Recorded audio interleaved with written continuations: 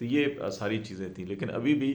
بہت سے لوگوں کے ساتھ جو روابط کیے جا رہے ہیں اسٹیک ہولڈرز کی جانب سے، اور ان کو بات کی جا رہی ہے کہ آزاد لوگ جو ان کو کنونس کرنے کی وہ یہی بات کی جا رہی ہے کہ وہ پہلی ترجیح پرویز خٹک سے ملیں، وہ پرانے کولیگ ہیں، پرانے ان کے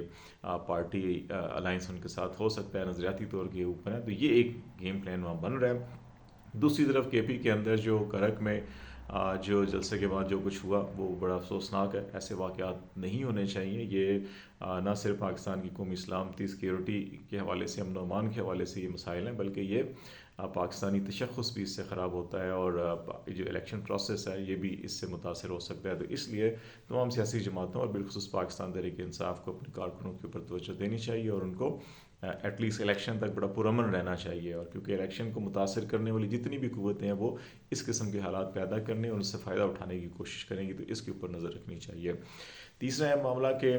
جو یہ الیکشن 3 دن اور اس 3 دن کے ساتھ ساتھ جو ہے پاکستان تحریک انصاف جو ہے وہ اپنی پٹیشنز بھی تیار کر رہے ہیں، اور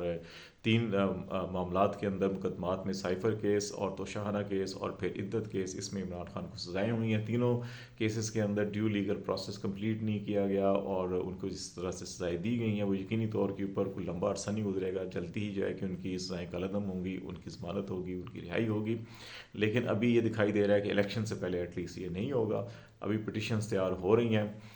4 تاریخ گزر چکی ہے، 5 کو ویسے ہی پبلک ہالیڈے ہے، اور اس کے بعد 6، 7 اور 8 تاریخیں ہیں، تو یہ ان کے اندر اگر پٹیشنز فائل بھی ہو جائیں تو اتنی جلدی شاید اس کی سماعت نہ ہوگی، تو الیکشن کے بعد جو ہے کہ یہ چیئرمین پی ٹی آئی کی جو ہے کہ ان کی سماعت ہوگی، اور توقع یہ کی جا رہی ہے کہ اس وقت تک جو ہے کہ ان کیسز میں تو کلیئر ہو جائیں گے۔ لیکن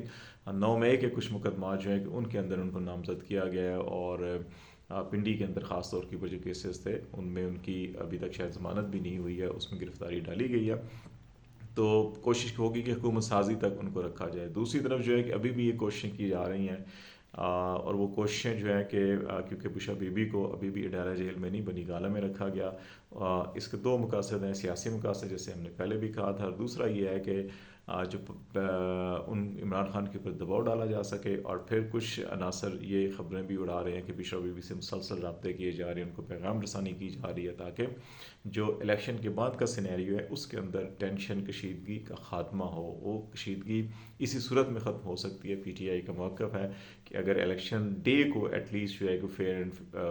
اوپن رکھا جائے، اور جو بھی ووٹر آتے ہیں ان کو ووٹ ڈالنے دیا جائے، اس میں رکاوٹیں پیدا نہ کی جائیں، تحریک انصاف کے پولنگ ایجنٹس کو نہ اٹھایا جائے، نہ ان کے رکاوٹیں پیدا کی جائیں۔ لیکن ابھی تک جو ہے کہ جب ہم آپ سے بات کر رہے ہیں مختلف شہروں کے اندر ابھی بھی پاکستان تحریک انصاف کے جو کینڈیڈیٹ ہیں ان کو اریسٹ کیا جا رہا ہے، ان کو اٹھایا جا رہا ہے، ان کے جو متحرک زیادہ کارکن ہیں ان کے خلاف کریک ڈاؤن چل رہا ہے۔ تو یہ چیزیں چل رہی ہیں، بیک وقت چل رہی ہیں، لیکن اس ساری صورتحال کے اندر جسٹس اطہر من اللہ جو لندن گئے ہوئے ہیں، اور وہاں پہ ایک تقریب میں خطاب کے اندر سوال و جواب بھی ہوئے، تو انہوں نے ایک جملہ کہا جو بڑا معنی خیز ہے۔ انہوں نے کہا کہ اس وقت جو عدلیہ میں ہو رہے ہیں وہ اس کی